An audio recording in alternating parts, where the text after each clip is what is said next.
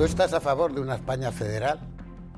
Primero yo quería saber lo que se entiende por federalismo, porque claro, hay muchos modelos de federalismo. Habría que aclarar entre los señores que proponen todos los días reformar la Constitución, ¿por qué quieren reformarla y para qué? Primero tendría que aplacarse la situación política, porque cuando se dice hay que volver al consenso, bueno, lo primero que hay que volver es a la buena fe reconocida de unos para otros, porque claro, nadie pacta nada si cree que la otra parte le va a engañar inmediatamente. Yo creo que al gobierno actual una de las cosas que le gusta es ganar. No lo que gane, sino el ganar. ¿Tú crees que hay mucha ignorancia en la clase política española? Total. ¿Y a qué crees que se debe eso? Si Cataluña es igualada por La Rioja, el siguiente paso es querer diferenciarse de La Rioja. Y eso no tiene fin, porque a continuación La Rioja quiere la misma situación que tiene Cataluña. Los partidos políticos actuales, dejados a sí mismos, es muy difícil que quieran regenerarse, porque lo primero que tendrían es que excluir a sus actuales dirigentes.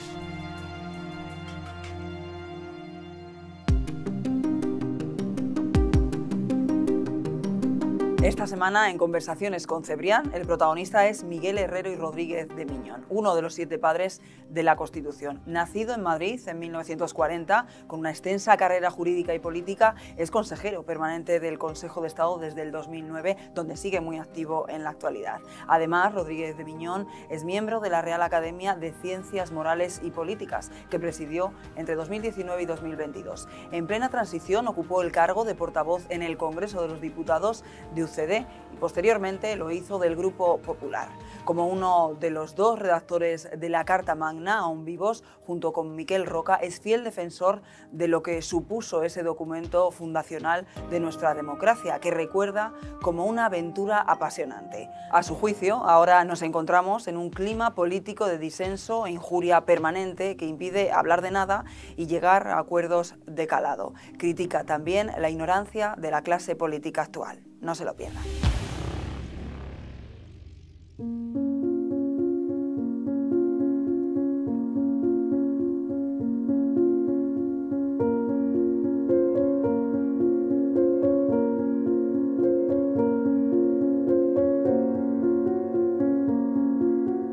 Pues muy buenos días. Buenos días, Juan Luis. ¿Hace cuánto tiempo no nos vemos? Hace tiempo que no nos vemos, pero yo te sigo más de lo que tú crees, a través de amigos comunes. Haces bien, pero en todo caso es que además nosotros nos conocemos y tratamos amigablemente siempre o casi siempre desde hace 30 años o más. Sí, o 40. O 40. O 40, ¿no?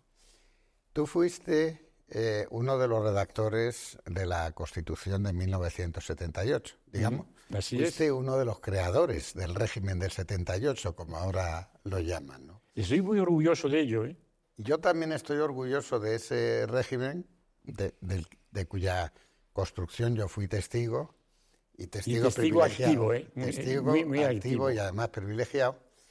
Y esta serie de conversaciones que estamos teniendo tienen fundamentalmente como objetivo el explicarle a las nuevas generaciones en qué consistió la transición política, porque con las leyes de memoria histórica que han hecho los últimos gobiernos, se nos está hablando mucho de la guerra civil, cuando la transición fue precisamente el fin definitivo de la guerra civil. Eso pretendía ser, ¿no?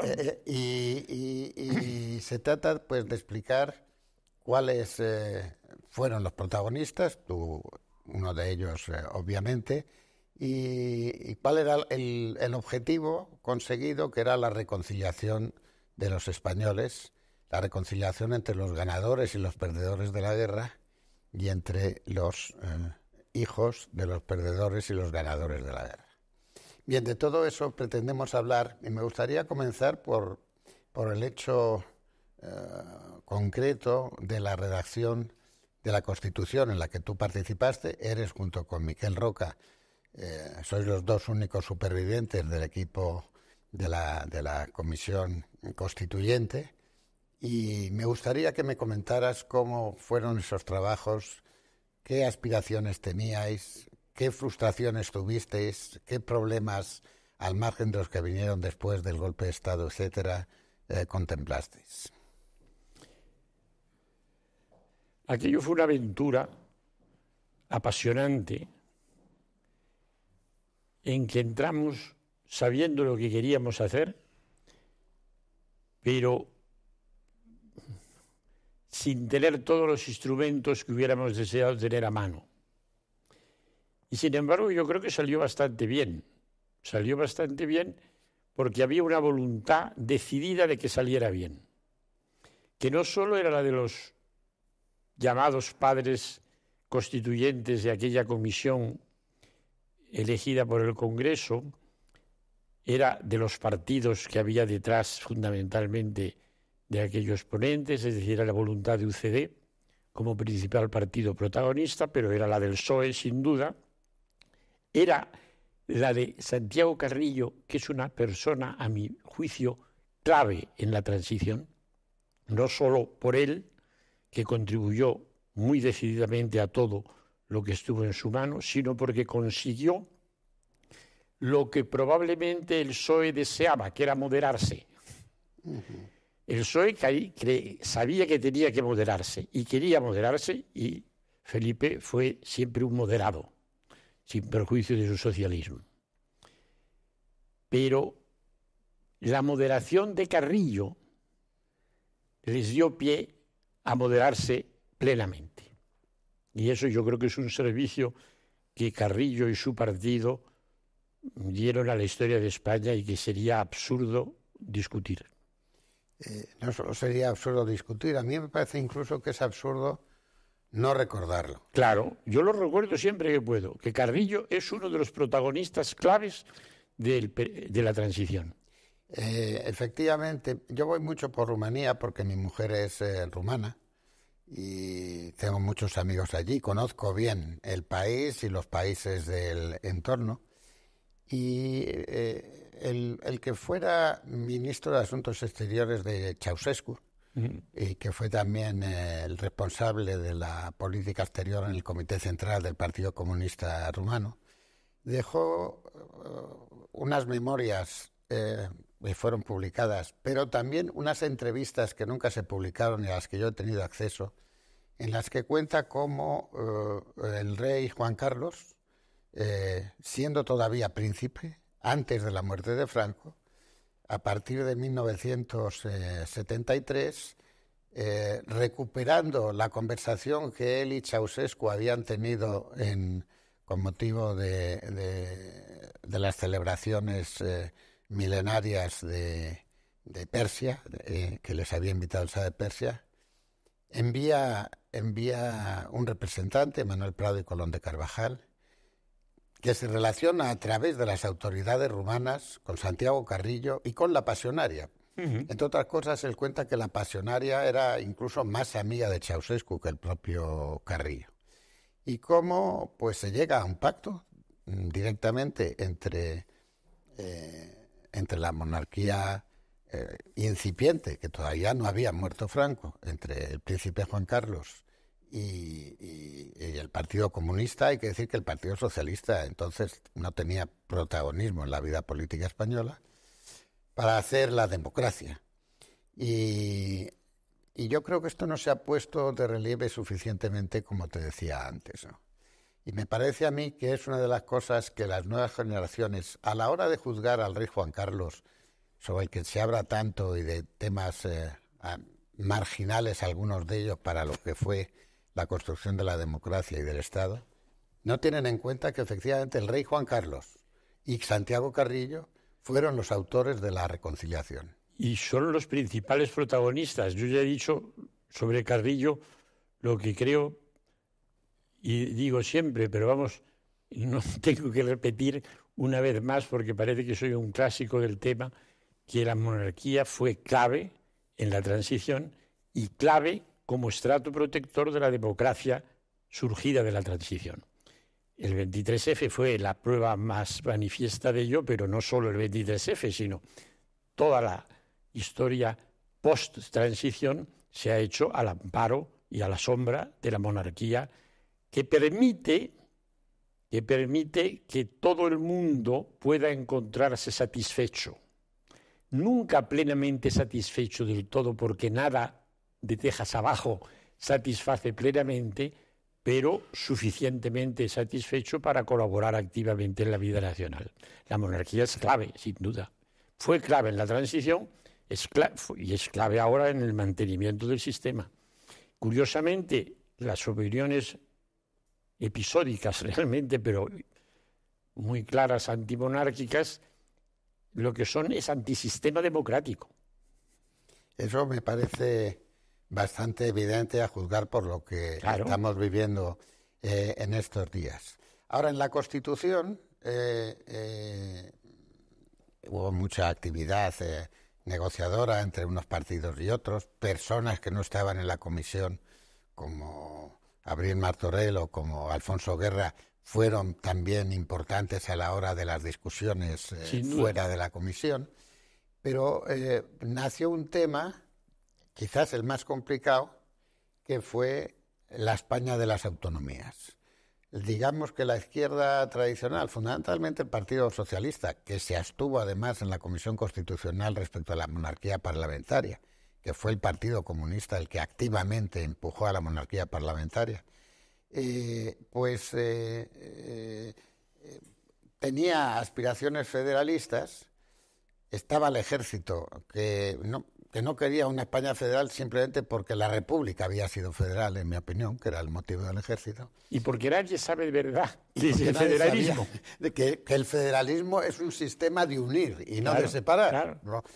Pero, en fin, apareció aquel invento de la España de las autonomías, que a mí me parece un buen invento, que creo que ha generado muchos bienes a la España que hemos vivido en los últimos 40 años, pero que en estos momentos está bajo cuestión, habida cuenta del desarrollo que han ido teniendo y de las posiciones independentistas todavía vivas en sectores políticos, no sectores populares, pero de Cataluña y del País Vasco.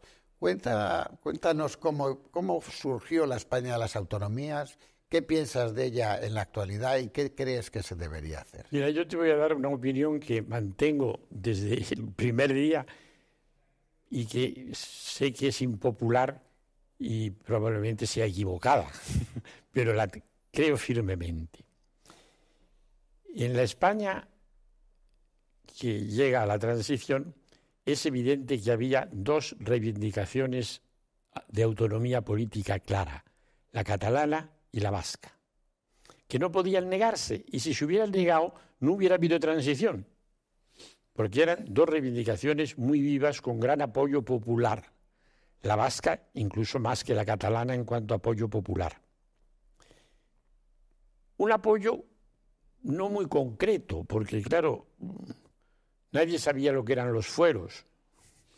La primera reivindicación constitucional de los fueros la hago yo personalmente, cuando ingresé en la Academia de Ciencias Morales con un discurso que se llamaba Idea de los Derechos Históricos. Y hubo ilustres personalidades del nacionalismo vasco y de la Universidad Vasca que en aquel momento decían, ¿qué demonios son los derechos históricos? Bueno, aquello era evidente que había que resolverlo mediante una solución a la medida catalana y vasca. Y se cometió un tremendo error, que fue creer que se descafeinaba la reivindicación de Cataluña y del País Vasco generalizándolo. Y entonces... El café para todos. El café para todos, que fue la expresión sin duda no más sublime, pero sí más concreta del profesor Clavero, Arévalo, una gran persona, buenísima persona, un ilustre administrativista, un magnífico profesor, pero políticamente un desastre. Porque claro, el querer generalizar lo que era necesariamente singular llevó primero al fenómeno de un proceso de emulación. Y entonces La Rioja necesitó una autonomía a la medida de Cataluña. Y claro, eso es disfuncional. Y Cantabria. Y Cantabria. Puede ser ejemplo de La Rioja por el tamaño, ¿verdad? No, bueno, pero porque claro, Cantabria era el puerto de Castilla. claro, Cuando claro. yo estudié la Y historia entonces de la España. generalización da lugar a una inflación constante de la reivindicación autonómica, porque como lo que se quiere es ser distinto, pues si Cataluña es igualada por La Rioja, el siguiente paso es querer diferenciarse de La Rioja. Y eso no tiene fin, porque a continuación La Rioja quiere la misma situación que tiene Cataluña. Bueno, ese proceso, que parece que estoy tomando el pelo a quien lo oiga, pero que es real, ha sido y así. Además te manifestaste ya Siempre hace lo dije, tiempo siempre lo sobre dije, eso. siempre lo dije. Bueno, pues ha llevado a una situación como la actual, en que resulta que las autonomías a unos les viene grande y devuelven competencias o instituciones, como es el caso de Extremadura o de la propia Cantabria o de Madrid, que no devuelve nada, pero que dice que devuelve y que elimina las instituciones que redundan en las estatales, pero después no las elimina, las cambia de nombre, que es distinto, como ha hecho Madrid o como ha hecho Extremadura. Bueno, y ese proceso yo no le veo meta o fin, porque claro, la reivindicación sigue siempre viva y siempre se trata de satisfacer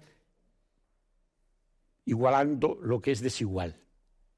Es desigual estructuralmente, no es desigual en dignidad ni en funcionalmente, pasado, funcionalmente. es estructuralmente distinta. La autonomía de Madrid puede ser más o menos exitosa en términos económicos, pero no tiene que ver nada con la autonomía de Cataluña o del País Vasco. Y querer igualarlo no satisface a Madrid, pero frustra al País Vasco y a Cataluña. Bien, yo creo que has definido muy bien un problema que tenemos, un problema que tiene la Constitución y que tiene la estructura del Estado español. Y que podía haberse evitado, ¿eh? Fue un error generalizar lo que era singular, después querer disminuir todo a través de la famosa LOAPA. Yo me precio de haber votado en contra, separándome de mi partido, que en ese momento era UCD y que estaba encantado con la LOAPA. Bueno, ese fue un primer intento. Después vinieron los pactos autonómicos, que realmente es una mutación muy importante de la Constitución, y así lo dijo un autor italiano ilustre, Vandelli, dijo, esto es una mutación de la Constitución. Después los administrativistas españoles han dicho, no es una mutación porque no se les había ocurrido a ellos, pero realmente es una mutación radical de la Constitución. Y han servido para generalizar lo que no es generalizable. Bueno, digamos que tenemos un problema que es recurrente,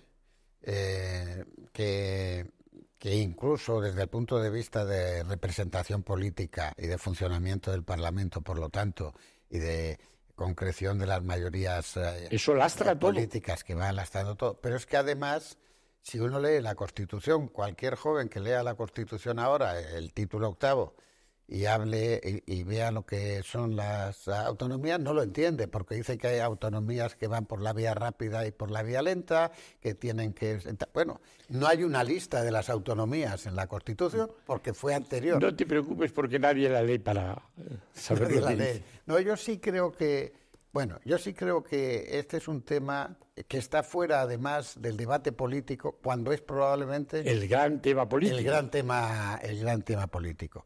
¿Tú cómo crees que podría abordarse, independientemente de que yo no veo a la actual clase política ni con conocimientos ni con voluntad de abordar este tema, de forma que además el conflicto permanente entre los sectores independentistas o nacionalistas de Cataluña y del País Vasco y el nacionalismo español, que también es más fuerte que el nacionalismo de esos otros sectores, se aplaquen en las tensiones y podamos ofrecer a las generaciones venideras una convivencia federal más razonable de la que tenemos.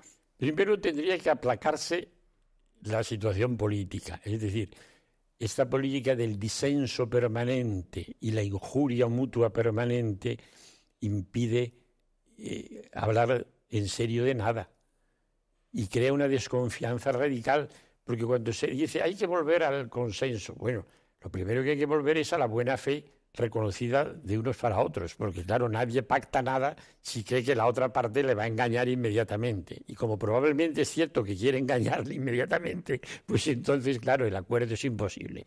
Primero habría que cambiar el ambiente político y aplacarlo. Y después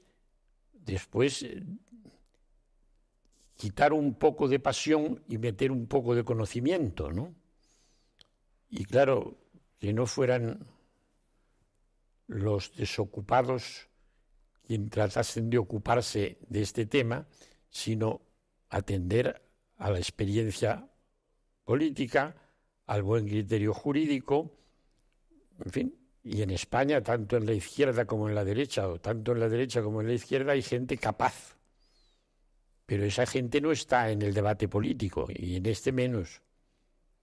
¿Dónde está? ¿En la universidad? Yo creo que ya en su casa. En su casa. Bueno, pero ha habido propuestas, yo recuerdo, de profesores universitarios, de intelectuales, de escritores, de artistas, de reformas o modificaciones de la Constitución que pudieran efectivamente alumbrar un futuro más claro para... ¿Tú estás a favor de una España federal? Primero yo quería saber lo que se entiende por federalismo, porque claro, hay muchos modelos de federalismo. Hay el federalismo igualitario de los Estados Unidos, hay el federalismo desigualitario de Canadá o de la propia Alemania federal. Hay autonomías que, sin llamarse federal, son federales. Hay federalismos verdaderamente centralistas. Primero habría que tener claro qué se quiere decir con una reforma federal. Más aún, habría que aclarar entre los señores que proponen todos los días reformar la Constitución por qué quieren reformarla y para qué. Porque se dice, la Constitución ha quedado vieja, hombre, más la noruega, que es de 1814. Y la americana, que va a cumplir 250 años de... La Constitución no se queda vieja, puede ser más o menos útil, más o menos funcional. Yo creo que es útil y que sigue siendo funcional, pero los que quieran reformarla tendrían que especificar para qué quieren reformarla, cuál es el sistema que pretenden establecer. Y claro, no basta decir queremos una España federal, porque insisto, hay montones de fórmulas federales. Los nacionalistas nunca han querido el federalismo, porque lo consideran igualitario. Y de eso tienen razón. Pujol era el gran antifederalismo. Y apoyó mucho el sistema autonómico. Y claro. Es decir, yo creo que en el debate de la reforma constitucional hay que eliminar pasiones e introducir primero buena fe, que yo creo que falta en gran medida porque la tensión beneficia a los partidos, o creen que les beneficia. Eso dijo Zapatero. Y desde luego beneficia a los dirigentes de los partidos, que si no estuvieran ahí, ¿dónde estarían? ¿En el paro todos? Claro. La tensión es mala, pero para los partidos y para sus dirigentes no es mala. Entonces, lo primero que habría es que introducir una dosis de buena fe. Y después habría que introducir también una dosis de conocimiento. Y ambas cosas hoy faltan en España. Bueno, faltan en la clase política. Claro, bueno, sí, de eso hablamos, sí. No, pero yo me acuerdo de una conversación que tuve con Felipe González, Javier Solana, y con José María Marabal, y con el famoso Dahrendorf, el Lord Ralph Dahrendorf, que era amigo mío, porque además durante un tiempo él fue presidente del periódico The Independent en Londres, del que yo era consejero, donde Dahrendorf les dijo a los socialistas una cosa que a mí me dejó impresionado. Me dijo, este sistema autonómico es el peor de los posibles. Y le preguntaron, ¿por qué? Dijo, porque usted lo pueden llamar como quiera, pero en un sistema federal lo único verdaderamente importante es que el gobierno federal tenga unas unos poderes exclusivos e indelegables, los que sean. ¿Tú sabes quién propuso eso? El debate constituyente, y podría dar hasta la fecha porque está en las actas. Arzallus. Arzallus lo propuso. Arzallus dijo que había que establecer una serie de competencias absolutamente indelegables del Estado federal, del Estado. Que además las lleva a cabo mediante un sistema fiscal propio del Estado federal. Y se opuso a eso los defensores de la unidad indescriptible de España. ¿Quién se opuso? Fraga. No, se opusieron todos. Todo el mundo era muy españolista en ese momento. Ah, sí. Porque además se decía, hombre, si lo propone Arzallus, eso debe tener trampa.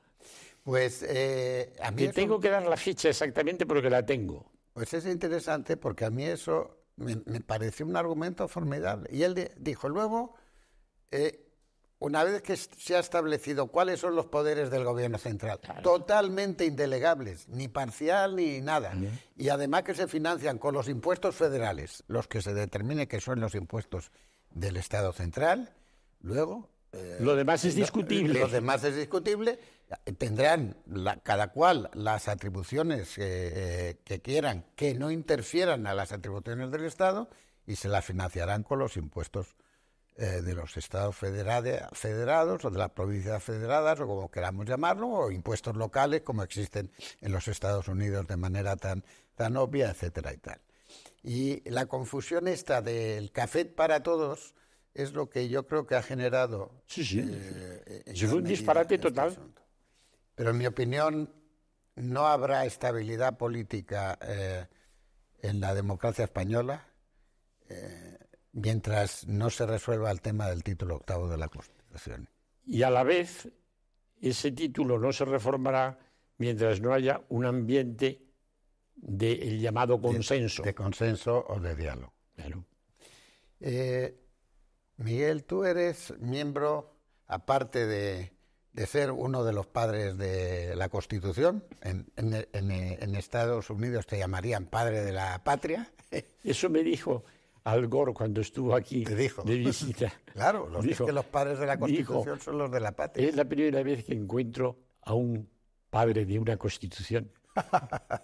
Pues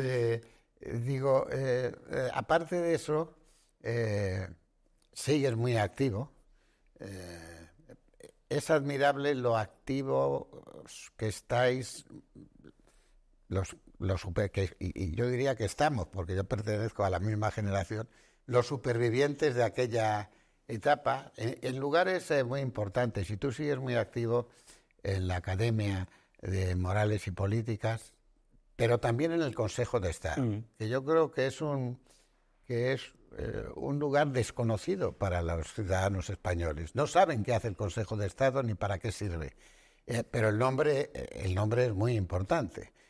Y a mí me entiendo que es un órgano consultivo del Poder Ejecutivo y de del Parlamento y del Senado, del Poder Legislativo también, para generar criterios sobre determinadas decisiones.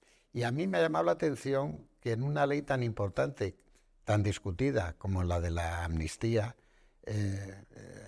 aprobada por el régimen llamado sanchista, el Consejo de Estado no haya emitido una opinión.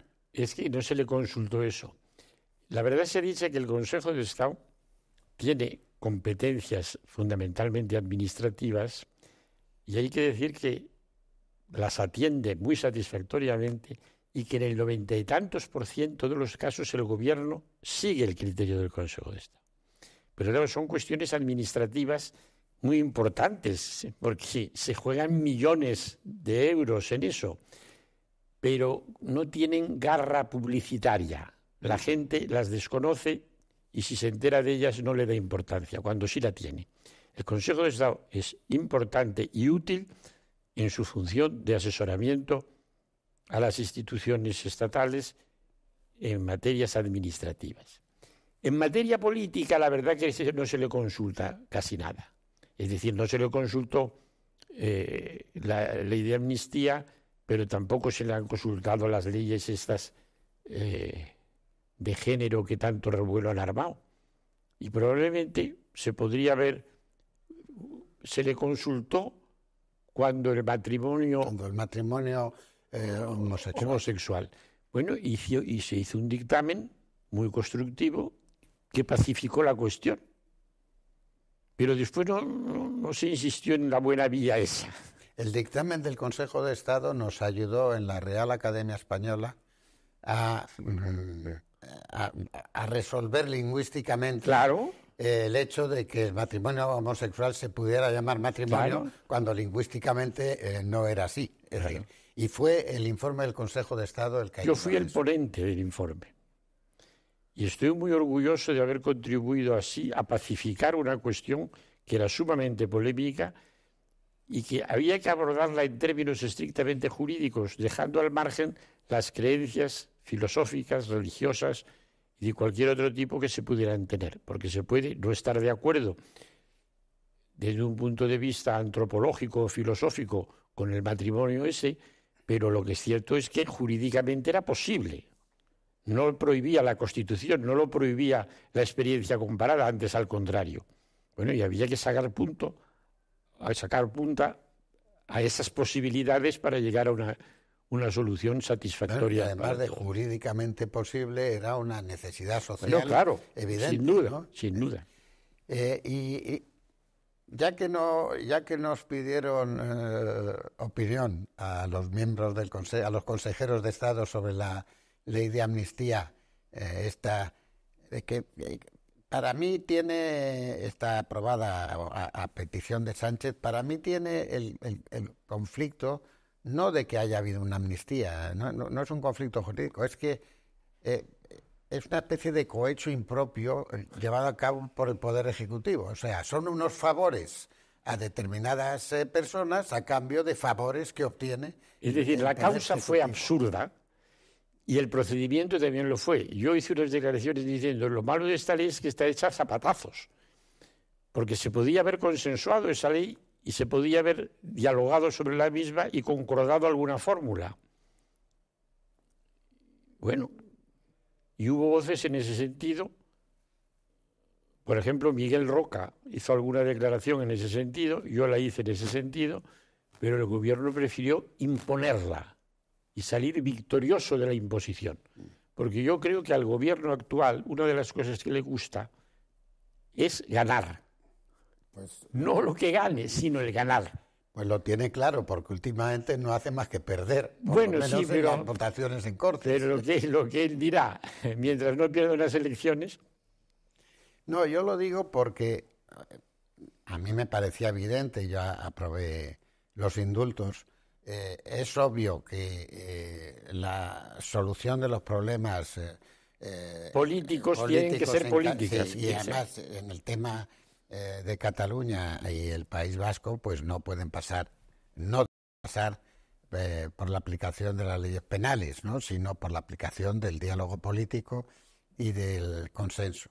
Por otra parte, también es verdad que que se está generando, no solo en España, en otros países de Europa, un reverdecer de los nacionalismos lingüísticos, y los nacionalismos lingüísticos están en la base de las dos guerras mundiales que vivió Europa.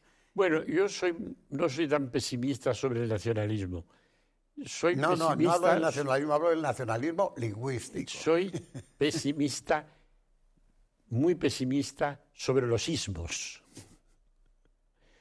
Porque se puede tener una preferencia por determinada identidad nacional que se expresa en una identidad lingüística.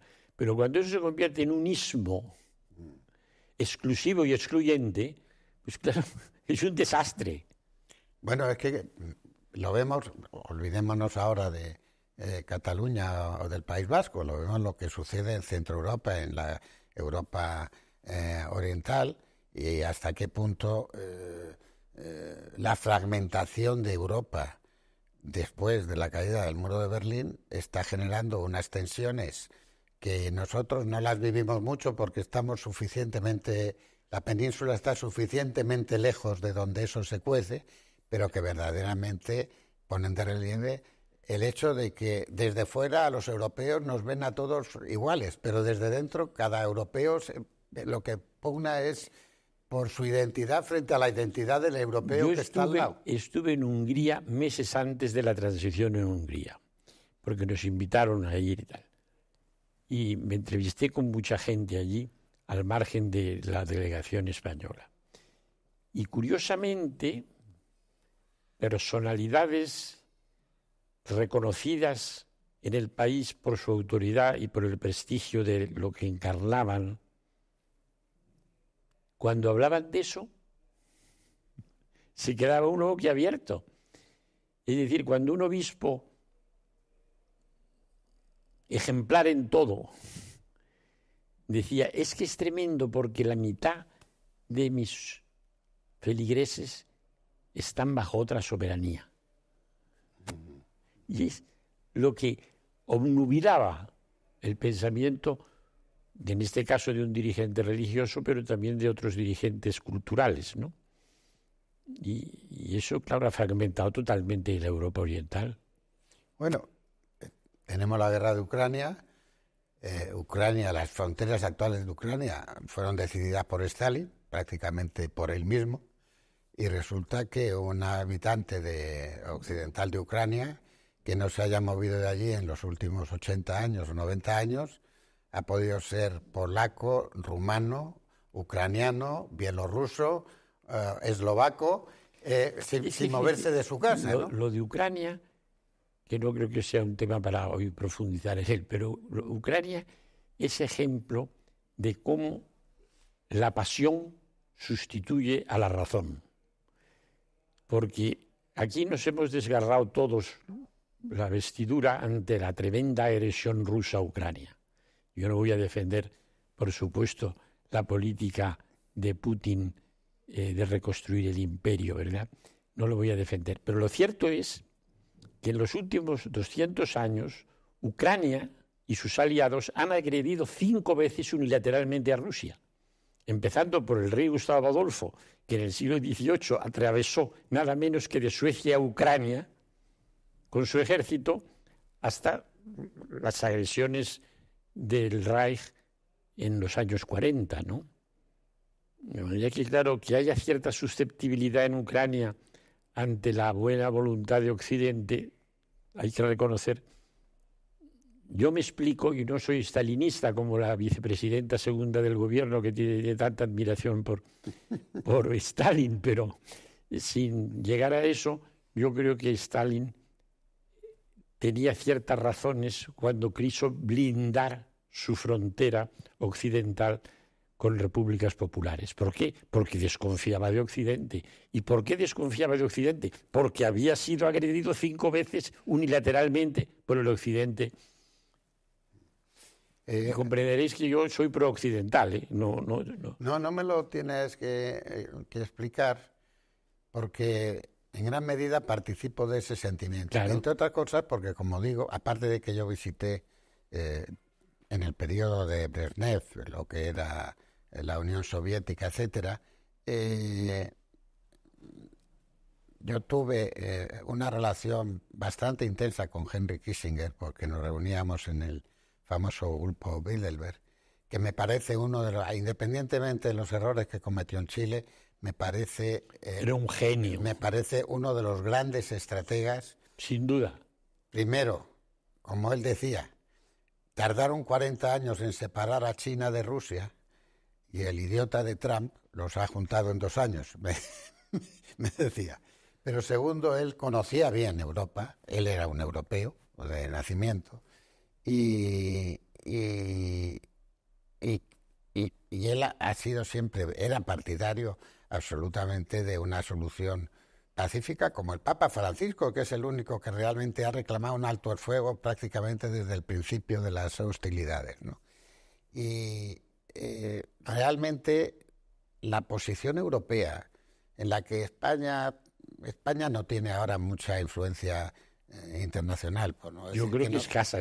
Por no decir que no tiene ninguna, ¿no? Y podemos hablar ahora un poquito de donde más la debería tener, que es efectivamente en los países de habla hispana, etcétera y tal, ¿no?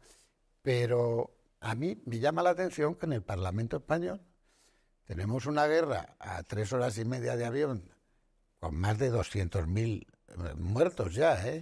Y otros cuantos miles o cientos de miles de heridos. Aquí al lado no ha habido una guerra para la que hemos dado dinero, armas, etcétera, y no ha habido una discusión en el Parlamento sobre esto. Porque es un pensamiento único. Es decir, hay que maldecir a Putin por su agresión y punto. Y el que no haga eso es que es proagresión.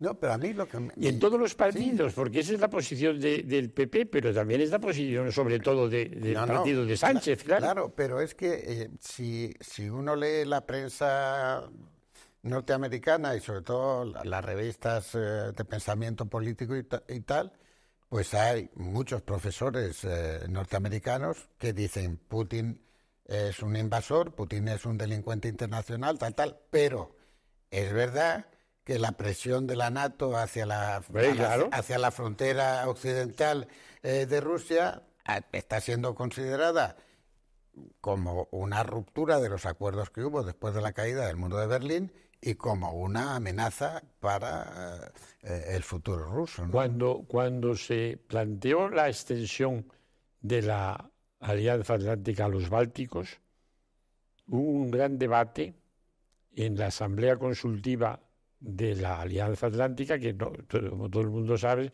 pues no tiene una capacidad decisoria, pero sí es un buen foro de intercambio de opiniones.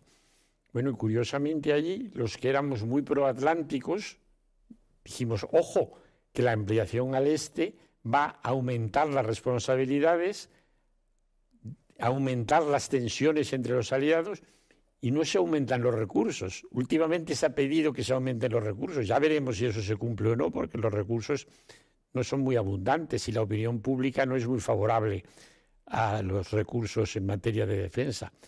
Pero eso fue un error tremendo, claro, la presión hacia el este de la Alianza Atlántica. No, pero sobre todo es una ignorancia respecto al pensamiento geopolítico ruso y respecto a lo que, pero no ruso comunista, sino ruso a secas, ¿eh? Es decir, en lo que fue la historia de Rusia y de Catalina la Grande y de el rey Pedro, en fin, de todo lo que... Pero si dices eso ante la opinión pública te van a decir ¿cata qué? Porque claro, como la ignorancia es abrumadora, de ahí vienen nuestros males. Eso lo decía Marx, y es una frase de Marx que a mí me parece la fundamental, del joven Marx, que dijo, jamás a nadie ha sido de provecho la ignorancia. ¿Tú crees que hay mucha ignorancia en la clase política española? Total. ¿Y a qué crees que se debe eso? La falta de estudio. Sí, a falta de estudio, pero hay gente muy capaz en las áreas científicas, por supuesto, universitarias españolas. ¿Por qué no se dedican a la política? Bueno, primero porque la política no quiere contar con ellos, ¿eh? Aquí cualquier intelectual que se precie y que hoy quisiera servir, no medrar, sino servir en uno de los partidos políticos actuales, sería desechado, preguntándose, ¿y qué querrá? No, yo reconozco que cuando uno escucha las sesiones de control al gobierno en el Congreso de los Diputados, me quedo asombrado y me pregunto cuántas empresas privadas, grandes o pequeñas, exitosas, estarían dispuestas a contratar a algunos de los oradores o protagonistas, algunos de los diputados y diputadas, no quiero utilizar el masculino inclusivo para que no me acusen, ¿verdad? acusen, ¿no? Es decir, y hay mucha gente a la que, en fin, yo he tenido actividad empresarial solamente en empresas de comunicación y de medios, pero esa es una reflexión que cualquier jefe de empresa o de cualquier tipo de empresa o cualquier rector de universidad o cualquier... es decir, que han visto los políticos en esos diputados, aparte de la obediencia que los diputados prestan a esos políticos, para poder encargarles la gobernación del país. Yo me temo que el nivel intelectual de la clase política y de los directivos empresariales ha bajado. Probablemente no solo en España, es decir, el caso de Francia, que tiene un presidente que tiene todos los laureles de los antiguos enarcas y cuyo primer objetivo ha sido destruir la ENA y cuyo nivel de gestión no es envidiable, no digo más que eso, no es envidiable, y que tiene graves problemas en su propio país. Bueno, pero refiriéndonos a España, el nivel ha bajado. Y al bajar el nivel, se cambia el sistema de selección. Porque es claro que nadie va a elegir al que te supera. Pero por otra parte, la presión social y mediática sobre la clase política es tan grande que hace poco envidiable estar en ella. Eso es verdad. Eso es verdad. Porque hay una especie de inquisición mediática hay también. Una inquisición mediática permanente. Somos culpables los y luego, periodistas. También es verdad que si el político es honesto, y yo creo que en su inmensa mayoría los políticos son honestos, bueno, pues la compensación económica es escasa. Muy escasa. Ahora, ¿cómo resolvemos esto? Pues yo creo que tiene mala solución.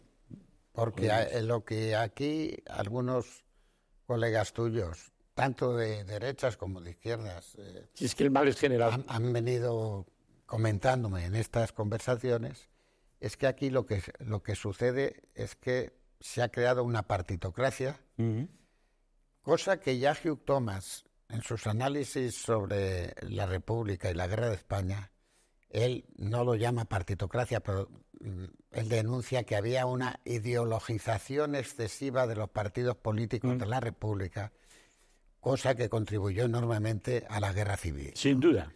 Entonces, en este sentido, parece que los partidos políticos, que son esenciales para la democracia, no puede haber democracia sin partidos políticos, y los políticos son esenciales para la gobernación de los países.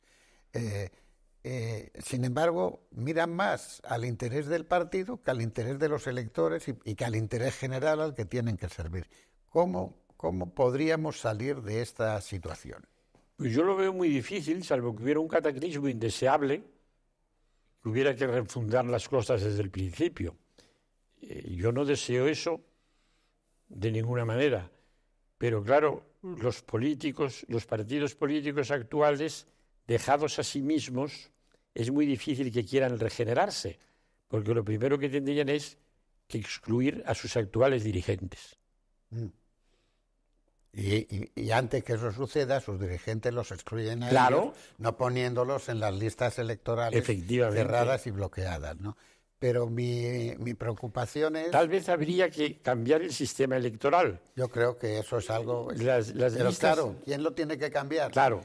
Las listas cerradas y bloqueadas... Los que lo cambian van la mitad fuera del Las listas cerradas sistema. y bloqueadas, yo confieso que fui uno de los que puso sus pecadoras manos en las normas electorales de marzo del 79, redacté de mi puño y letra. Bueno, sin duda, ese sistema se ha mostrado fatal. Pero en aquel momento era necesario, porque había que acabar con la sopa de letras que se llamaba. Es decir, cada español era jefe de sí mismo, ¿no? Había 300 partidos políticos. No sé Entonces había que sustituirlo por un sistema que ahormara las fuerzas políticas en los grandes modelos que había en Europa. Y eso se consiguió, pero era una solución conscientemente transitoria. Pero lo primero que hizo el PSOE al hacer la ley ya de elecciones locales fue copiar el mismo sistema en los pequeños municipios, lo cual es disparatado. Claro que en Rozas de Puerto Real, por poner un ejemplo de un pueblo que yo conozco bien, el sistema sea el mismo que para elegir a la Comunidad de Madrid, que es el mismo que para elegir a cualquier otra autonomía, pues es un disparate. Las listas esas había que abrirlas. Por lo menos, igual que se hacen las listas del Senado, te podrían permitir Sí, tachar al candidato sí, que no quieres exacta- del partido que quieres votar. Exactamente. Pero yo quiero votar... Cualquier mínima apertura sería buena. Sí, pero el problema es que es muy difícil pedirle a la clase política Claro. que haga ese cambio, porque si hace ese cambio, la mitad de la clase política va fuera del Parlamento. Porque le empezarían a tachar sus electores que votarían a su partido, pero no necesariamente a esos candidatos, ¿no? Es decir, Eso es un mal general, tanto de la izquierda como de la derecha. bien, entonces, ¿qué hacemos? ¿Somos optimistas para el futuro? Mira, España es como el musgo, que no da flores pero aguanta todo. Yo sí soy optimista. A mí me recuerda, puede parecer un poco exagerada la figura que me recuerda a esto, pero me recuerda a los últimos años del franquismo, donde Sí. hablábamos, Es el mismo país. sí, donde Claro. hablábamos de la España oficial y de la España real. Claro. Y estaba Franco. Hablo incluso antes del asesinato de Carrero, bueno, que estos hagan lo que quieran, que estos, bueno, nosotros cuidado de que no nos metan mucha mano y tal, pero el país, la sociedad civil estaba funcionando al margen del sistema. Y sigue funcionando. Y la sociedad civil está funcionando al margen del sistema, pero claro, funciona peor si es al margen del sistema y el sistema también funciona peor. Claro. Entonces, Ni el sistema se nutre de una clase, de una sociedad sana, ni la sociedad aguanta un sistema político disfuncional. Sistema político disfuncional en eso, en las listas electorales, en los reglamentos de las cámaras y en pocas cosas más. Después las instituciones sí funcionan. bien, lo que pasa es que están tratando de ser ocupadas por el poder político Sí. que no se siente suficientemente respaldado por la sociedad civil. Y que se ha confundido el papel absolutamente fundamental de los partidos con eso que llamabas partitocracia. Yo siempre pongo el ejemplo del hígado. El hígado es clave para la salud. Si no tienes hígado, te mueres. Pero claro, si el hígado crece desmesuradamente, también te mueres. Entonces los partidos son imprescindibles a la democracia. La única democracia orgánica de verdad es la democracia organizada por los partidos. Pero hombre, eso tiene también sus límites. El partido no puede además determinar la composición de los órganos judiciales o el rectorado de las academias. Y con esta alusión a los órganos judiciales quiero acabar esta conversación, porque el ataque que están sufriendo los jueces por parte del Poder Ejecutivo, hoy mismo, que está quejándose Sánchez de que hay una agresión brutal e ideológica del PP a través de los jueces, hoy mismo Rodrigo Rato, ex vicepresidente del gobierno con Aznar y del Partido Popular, ha sido condenado a 4 años de cárcel después de que ha sufrido otro encarcelamiento previo también, desde mi punto de vista, por un delito que así fue definido, pero que realmente a mí me pareció discutible esa acción judicial. Yo creo que Rato ha sido víctima de una especie de vendetta que se genera en su propio partido y se extiende después a las instituciones.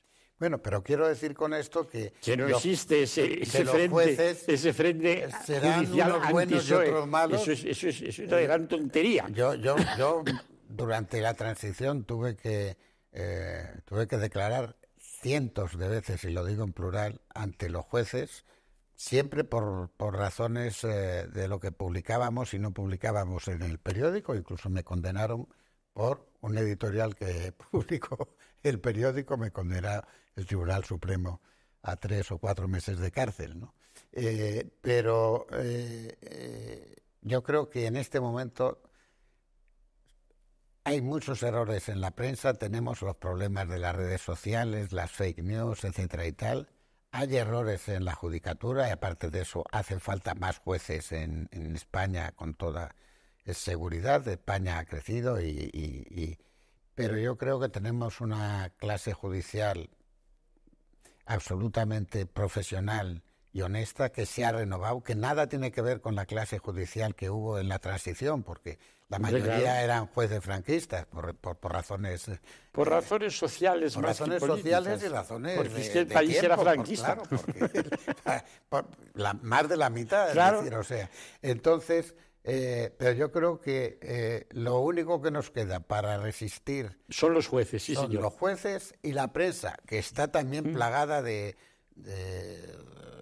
defectos y de errores, y además que con la inclusión de las redes sociales, etcétera, eso ha sido disfuncional totalmente. es muy disfuncional, pero al final los únicos límites que tiene el Poder Ejecutivo hoy son los jueces, y yo creo que necesitan un apoyo real de la sociedad.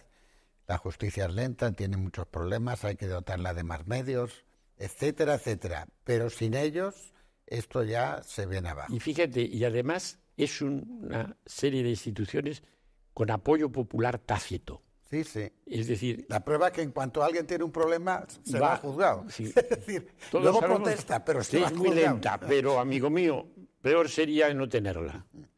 Pues con este elogio a los jueces, que me han dado unos cuantos disgustos en mi vida, como digo, pero que creo que están cumpliendo, jueces y fiscales, están cumpliendo su función. Están cumpliendo su función y son absolutamente el punto de resistencia frente a lo que se llama la democracia iliberal, que es esa en la que la democracia, utilizando medios democráticos, se convierte en autocracia sin necesidad. Y ejemplos hay de ello. Y ejemplos hay unos cuantos en el mundo.